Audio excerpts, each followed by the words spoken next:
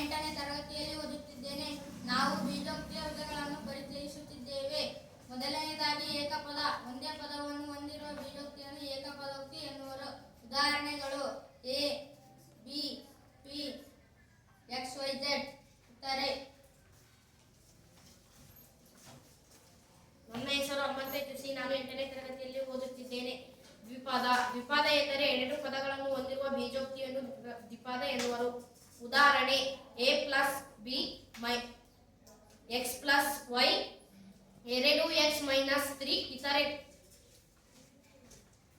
ನನ್ನ ಹೆಸರು ಆಕಾಶ ತುಸಿ. ನಾನು 8ನೇ ತರಗತಿಯಲ್ಲಿ ಓದುತ್ತಿದ್ದೇನೆ. ತ್ರಿಪದ ಎಂದರೆ ಮೂರು ಪದಗಳನ್ನು ಹೊಂದಿರುವ ಬೀಜೋಕ್ತಿಯನ್ನು ತ್ರಿಪದ ಎನ್ನುವರು. ಉದಾಹರಣೆ a plus B plus C x square plus 2x minus 1. ಇತರೆ.